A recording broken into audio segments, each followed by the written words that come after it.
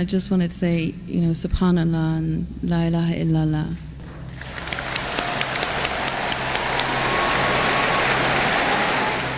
بسم اللہ الرحمن الرحیم. السلام علیکم ناظرین. دین دنیا چینل میں آپ کو خوش آمدید کہتے ہیں. ناظرین، دین حق کی طرف لوٹنا خوش نصیبی کی بات ہے. یہ ایسی سعادت ہے جو ہماری دعا ہے کہ ہر غیر مسلم کو ملے اور ہر مسلمان کو بھی راستے سے بھٹکنے سے اللہ تعالیٰ محفوظ رکھے. بلا شبہ ڈاکٹر ذاکر نائک نے اب تک سینکڑوں لوگوں کو اسلام کی روشنی سے منور کیا اور دہائیوں سے جاری دعوت کے کام کے دوران ان کے ارادوں میں ذرا سی بھی لغزش نہیں آئی. اور یہی وجہ ہے کہ اب بھی جوک در جوک غیر مسلم ان کی خدمت میں حاضر ہوتے ہیں اور اسلام قبول کرتے ہیں. دبئی میں بھی ایسا ہی ہوا جب ایک کرسچن خاتون جس کا نام اینا تھا وہ آئی اور اس نے اپنے 2 سوالات رکھے.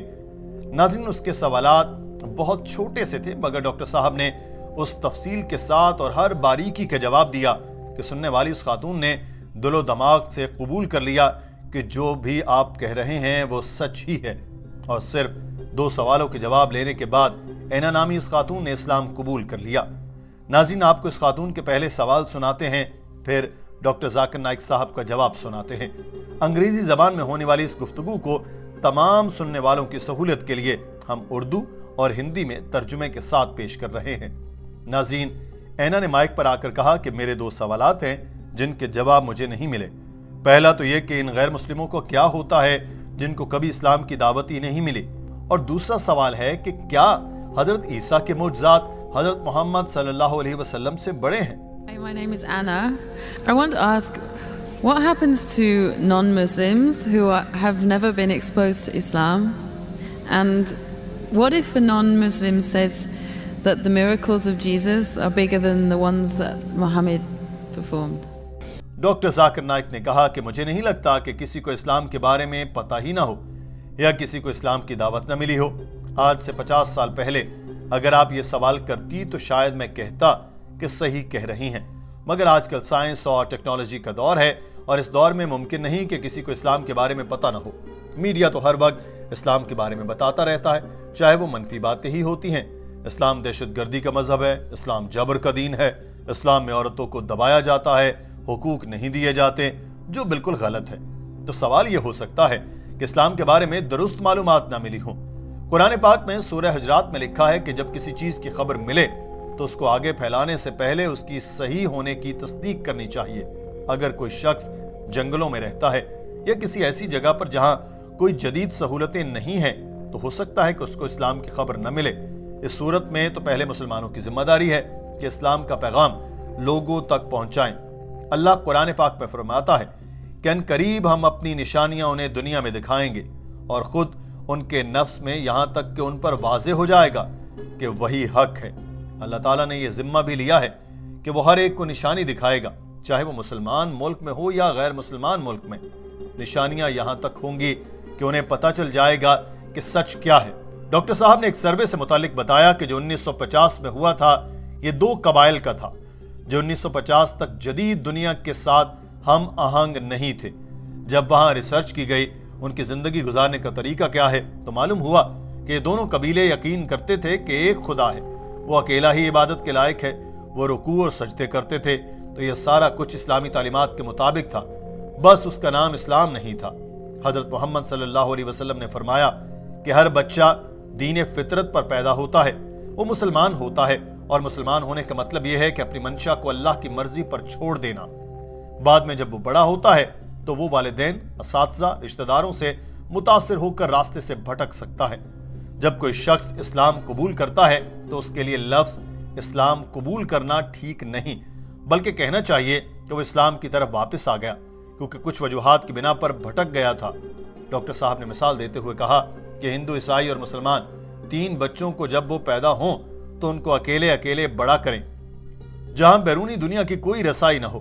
تو جب آپ ان کو دیکھیں گے تو ان کی زندگی گزارنے کا طریقہ اسلام کے مطابق ہی ہوگا. صرف دوسروں کی صحبت سے ہی بچے یا بڑے سیدھے راستے سے بھٹک جاتے ہیں اور یہ سائنسی طور پر بھی ثابت شدہ ہے. Every child, if you take 3 children, one born to a Christian, one born to a Jew, one born to a Hindu, isolate these 3 children completely from any external influence. And when they grow up and you try and find out what is their way of life, it will be nothing but Islam. Only after external influence, they start deviating and worshipping wrong things and having wrong ideas. This is scientifically proven. Furthermore, sister, where your second question is concerned, that what if someone doesn't know Islam and thinks that Jesus Christ did miracles? Doctor Zakir Naik نے اس خاتون کو دوسرے سوال سے متعلق بتایا کہ مجھے بھی یقین ہے کہ حضرت عیسیٰ نے معجزات دکھائے تھے، مگر بہن معجزات ٹیسٹ نہیں ہے کہ کون بڑا ہے کون نہیں۔ بائبل میں لکھا ہے کہ جیزس نے کہا کہ بہت سے جھوٹے کرائسٹ اور جھوٹے پیغمبر آئیں گے جو معجزات دکھائیں گے اور دھوکہ دیں گے۔ تو جیزس نے تو خود کہا کہ معجزات یہ دیکھنے کے لیے نہیں کہ کوئی خدا ہے، بلکہ جس بھی پیغمبر نے جو بھی معجزات دکھائے ہیں وہ در حقیقت اللہ تعالیٰ کی اجازت سے ہی دکھائے ہیں۔ اللہ تعالیٰ نہ چاہتا تو کوئی معجزہ نہ ہوتا۔ حضرت موسیٰ نے سمندر میں اپنا عصا پھینکا تھا اور اس کے 2 ٹکڑے ہو گئے تھے، یہ بھی اللہ تعالیٰ نے ہی کیا۔ ایسا ہی حضرت محمد صلی اللہ علیہ وسلم سے متعلق ہے، آپ صلی اللہ علیہ وسلم نے چاند کے 2 ٹکڑے کر کے دکھائے، وہ اللہ تعالیٰ کی اجازت سے ہی تھے۔ میں آپ کو بتا دوں کہ کوئی مسلمان اس وقت تک مسلمان ہو ہی نہیں سکتا جب تک وہ حضرت عیسیٰ کو پیغمبر نہ مانے۔ ہم یقین رکھتے ہیں کہ وہ اللہ کے برگزیدہ پیغمبر تھے، وہ مسیحا تھے، وہ بغیر والد کے پیدا ہوئے، انہوں نے مردوں میں جان ڈالی، بیماروں کو شفا دی مگر اللہ کے حکم سے۔ مسلمان اور عیسائی یہاں تک تو ایک ہی پیج پر ہیں، مگر فرق یہ ہے کہ حضرت عیسیٰ کو مسلمان خدا نہیں مانتے، کیونکہ ایسا بائبل میں بھی نہیں لکھا۔ پوری بائبل میں جیسس نے خود نہیں کہا کہ میں خدا ہوں اور میری عبادت کرو۔ مجھے کوئی ایسی آیت دکھا دیں تو میں عیسائی بن جاؤں گا۔ اس بات پر پورا ہال تالیوں سے گونج اٹھا۔ ناظرین، ڈاکٹر ذاکر نائک نے کہا کہ اگر آپ بائبل کو پڑھیں تو اس میں لکھا ہے کہ میرا باپ مجھ سے بڑا ہے، میں شیطان کو بھگاتا ہوں فادر کے حکم سے، میں جو بھی کرتا ہوں خدا کے حکم سے کرتا ہوں۔ جو بھی اپنی مرضی کو اللہ پر چھوڑ دیتا ہے وہ مسلمان ہے، اور جیزس بھی مسلمان تھے۔ انہوں نے کبھی نہیں کہا کہ وہ خدا تھے۔ انہوں نے کہا کہ جو الفاظ تم مجھ سے سنتے ہو وہ میرے نہیں، فادر کے ہیں جنہوں نے مجھے بھیجا۔ گوسپل آف میتھیو میں لکھا ہے کہ ایک شخص نے پوچھا میں کیا کروں ابدی زندگی پالوں؟ تو جیزس نے جواب دیا ایک خدا پر یقین رکھو، اس کی مانو، جس سے منع کیا وہ عمل نہ کرو، جنت میں چلے جاؤ گے اور ابدی زندگی پاؤ گے۔ جیزس نے کبھی نہیں کہا کہ مجھ پر یقین رکھو میں خدا ہوں، انہوں نے کبھی نہیں کہا کہ مجھے خدا سمجھو تو جنت میں جاؤ گے۔ ڈاکٹر صاحب نے بتایا کہ بائبل میں لکھا ہے کہ انسانوں میں سے ہی ایک انسان کو چن کر اس کے ذریعے معجزات دکھائے گئے جو خدا نے خود کیے اور تمہیں دکھائے۔ تو جو بھی معجزات جتنے بھی پیغمبروں نے دکھائے وہ سارے کے سارے اللہ کے حکم سے اور اس کی نشانیاں ظاہر کرنے کے لیے ہی تو تھے۔ اور گوسپل آف جان میں یہ بھی لکھا ہے کہ میرے پاس تم سے کہنے کو ابھی بہت سی باتیں ہیں لیکن اب تم ان کو برداشت نہیں کر سکتے، لیکن جب وہ روح حق آئے گا وہ آپ کی تمام سچائی کی طرف رہنمائی کرے گا، کیونکہ وہ اپنے بارے میں بات نہیں کرے گا لیکن جو کچھ وہ سنے گا وہی کہے گا اور تمہیں آنے والی چیزیں بتائے گا۔ تو یہ پیش گوئی صرف اور صرف حضرت محمد صلی اللہ علیہ وسلم کے بارے میں تھی اور کسی کے بارے میں نہیں۔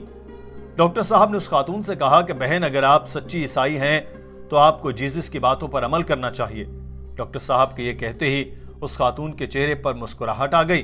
اس نے مائک پر آ کر کہا میں آپ سے سوال کر رہی ہوں تو وہ صرف اپنے غیر مسلم اہل خانہ اور دوستوں کی وجہ سے۔ میں صرف آپ سے کہنے آئی تھی کہ سبحان اللہ اور لا الہ الا اللہ۔ ناظرین، پورا ہال تالیوں سے گونج اٹھا۔ قریب کھڑی اسلامی بہنوں نے اس خاتون کو گلے سے لگایا، سب کی آنکھوں میں آنسو تھے اور ہر کوئی خوشی سے سرشار تھا کہ ایک اور بہن کو رہنمائی ملی اور وہ جہنم کی آگ سے بچ گئی۔ ناظرین، آپ یہ مناظر دیکھیے۔ So Zakir, I am a revert, and I was just asking questions on behalf of my non-Muslim family and friends, and I just wanted to say, Subhanallah and La ilaha illallah.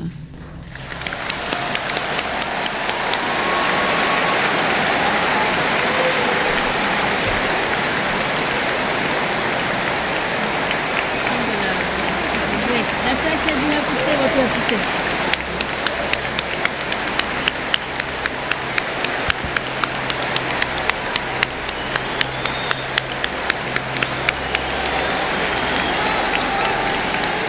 Doctor Zakir Naik جو اپنی set پر جا کر بیٹھ چکے تھے یہ سنتے ہی mic کے پاس بھاگے چلے آئے اور کہا بہن آپ کو دین اسلام میں خوش آمدید کہتا ہوں۔ اللہ سے دعا ہے کہ آپ کو جنت میں داخل کرے، وہ آپ کو رہنمائی دے اور اگر آپ کے مزید سوالات ہیں جو آپ اپنے اہل خانہ اور دوستوں کے لیے کرنا چاہیں تو آپ کو اجازت ہے اور آپ کر سکتی ہیں۔